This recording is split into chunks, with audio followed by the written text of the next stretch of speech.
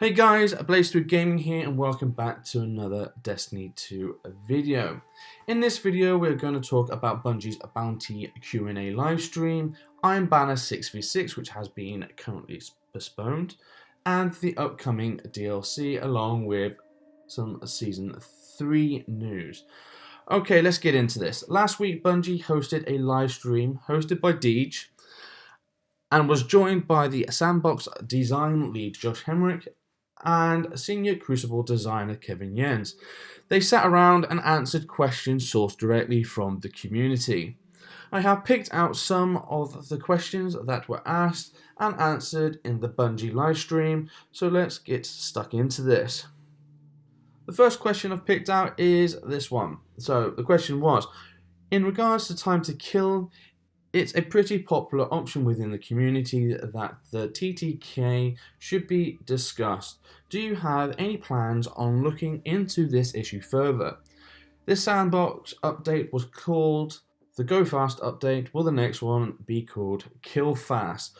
Thanks for listening. Josh Hemrick then replied with the following answer. We know this is one of the big items the community would like to see.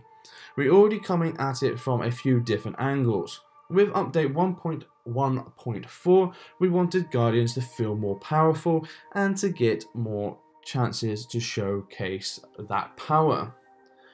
These changes included making weapons more lethal. The next big sandbox update comes with Season 3 as we buff a good chunk of the exotic weapons. These changes will be a direct response to exotics don't feel exotic enough. Some of these weapons are getting damage buffs that don't have a direct impact on the average time to kill. Next question I picked out, will Vigilance Wing be allowed to reign supreme in the Crucible, or will see any fine tuning in the near future? Josh then replied with the following answer. While we are continuing to adjust the sandbox, we are not planning outright nerf to Vigilance Wing at this time. We don't believe slowing Vigilance Wing time to kill in a world where our players are asking for faster time to kill is the right call. Instead, we should be adjusting more weapons up to the level where they can compete. I believe you'll find a few returned exotics that can do the same in Season 3 exotic update. Question number 3. I really wish D2 weapon systems returned to primary, special and heavy. It was better than the current one. Is my wish reasonable? Which is a good question. Josh Hemrick then replied with the following. We know that you want more control over your loadouts. You can expect weapon slot changes in the future of Destiny 2. We are actively working on new systems right now and we'll have more to show and tell this summer. Question number 4. When can you tell us about your solutions for the loot system, like random rolls, perks, mods, depth to weapons and armor and stuff like that? Josh Hemrick's reply is, I'm no investment designer, but I can tell you that we, as a team, know that you want more reasons to play. We know you want to be excited about the possibility of any given drop again. We know that you want to look forward to hopping on night after night for a shot at something you want to get your hands on, and that you look forward to the adrenaline rush when it finally happens. We are actively working to get there. We talk more about our plans when they are in a playable state that we think is suitable. Next question. Are there any set plans to introduce new elements, classes, subclasses, or weapon types to the game in the near future? Josh Hemrick then replies with, yes to some of these. From my desk right now, I can look around and see new hotness on several people's screens. We'll be showing off a lot of this stuff in the months to come. The next question I've picked out is, are you looking back at Destiny 1 for inspiration, or are you trying to find new ways forward? What do you currently consider to be a high priority for PvE and PvP? Any hints of random rolls or special slots, pretty please? So Josh then replied, Destiny 1 and Destiny 2 are two unique and helpful data points. Neither game is perfect, both have plenty of room for improvements. It's highly helpful to be able to directly compare and construct the two and see what worked and what didn't. Ultimately, the goal is just to make Destiny 2 be the best Destiny we've ever made. And the last question I've picked out is, when will we get the stream for Expansion 2 and Season 3? Liking the Go Fast update so far, excited to see what's next. So this one isn't a Josh Hemrick answer. Deej actually then did reply, we will be back on stream later this month to talk about the next content updates for Destiny 2. And we'll show you where you're going next, who you'll meet when you get there, how you share new adventures with your friends, and what you'll be able to chase in the Crucible to improve your powers. So those were the questions that I've picked out for this one. Obviously there was a lot more questions asked, which I will leave a link down below for you to go check out for yourself. But I would share the ones that I was more interested in. There were a couple others that I wanted to add, but I was conscious of time and we've got a lot more to cover. So moving on. So off the back of the last question asked to Bungie regarding the next DLC, the hype is started to flow a lot more now that we are getting close to May. Over the next couple of weeks, we will start seeing more news about the next DLC. Bungie did confirm in the Bounty Q&A livestream that they will be back shortly with some more live streams at the back end of April to talk about the next DLC. There has been a lot of DLC hype of late. There has been a couple of images circling around social media from Frank Capinazzo, apologies for butchering the name, who is one of Bungie's concept artists. The images look to be set on the snow caps of Mars.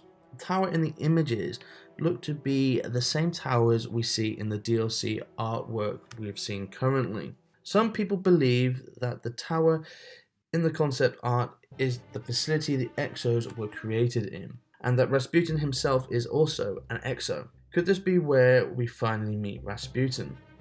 When the last This Week at Bungie was released, it was reported that the French version of the TWAB suggested that the title of the next DLC is not going to be Gods of Mars, but in fact The Fallen Warmind. By looking at the DLC cover art, we can put together that the DLC will be set on the snow caps of Mars. We can also see a Warmind bunker with a person who we believe to be Anna Bray. Behind the Anna Bray, you can see Phobos. With that said, there was also a leak stating that Siva will be making a return, which would not come as a surprise as Siva was created by Clovis Bray, Anna Bray's father. In Rise of Iron, we found out that Rasputin had been in control of Siva at some point in the past and set the protocols to the following: replicate, eliminate, and immunize to prevent the Iron Lords getting to Siva. That was part of the campaign Rise of Iron, so it wouldn't become a surprise that Siva is linked to both the Bray family and Rasputin. So I do believe we will meet Anna Bray and have some dealings with Rasputin himself, either in the Warmind bunker or in the theory of him being an Exo. We'll come together to fight Siva once again.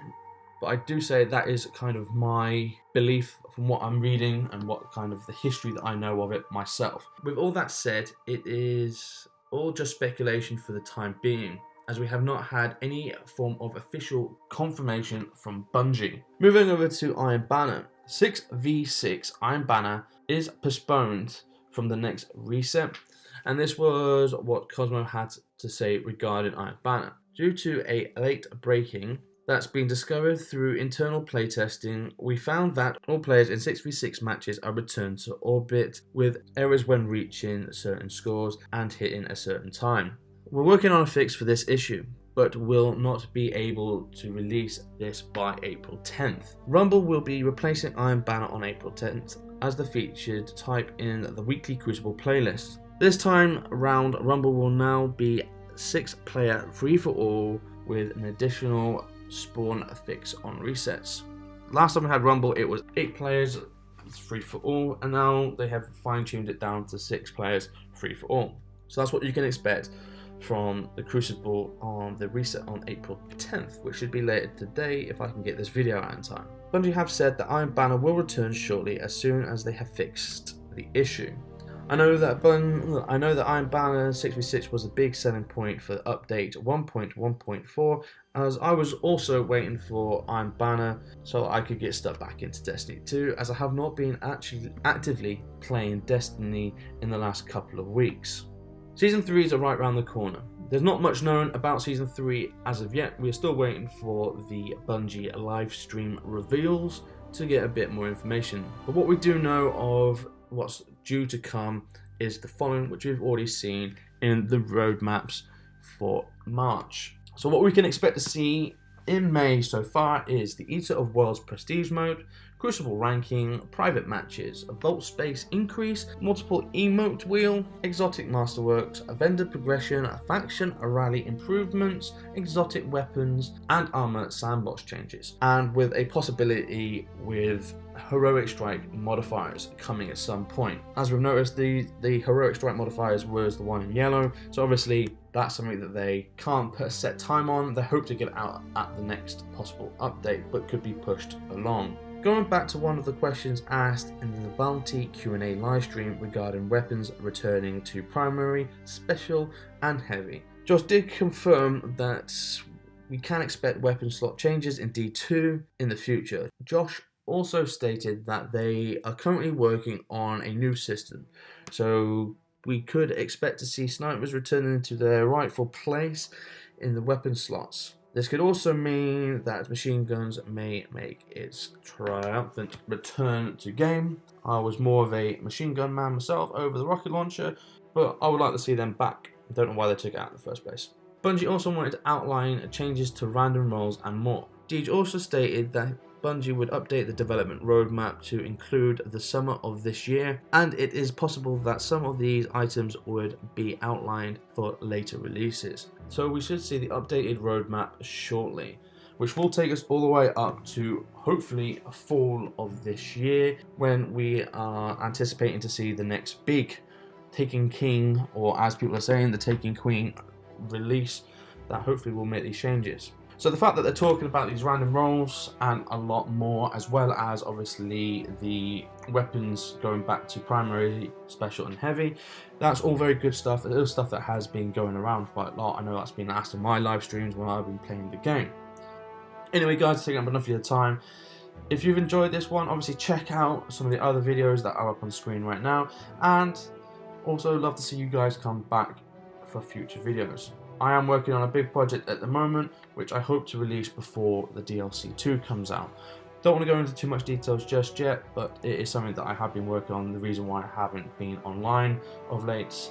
So anyway guys, take enough of your time, as I said before. It has been a pleasure as always. I have been BlazeThrough Gaming. Until next time, catch you all shortly. Bye for now.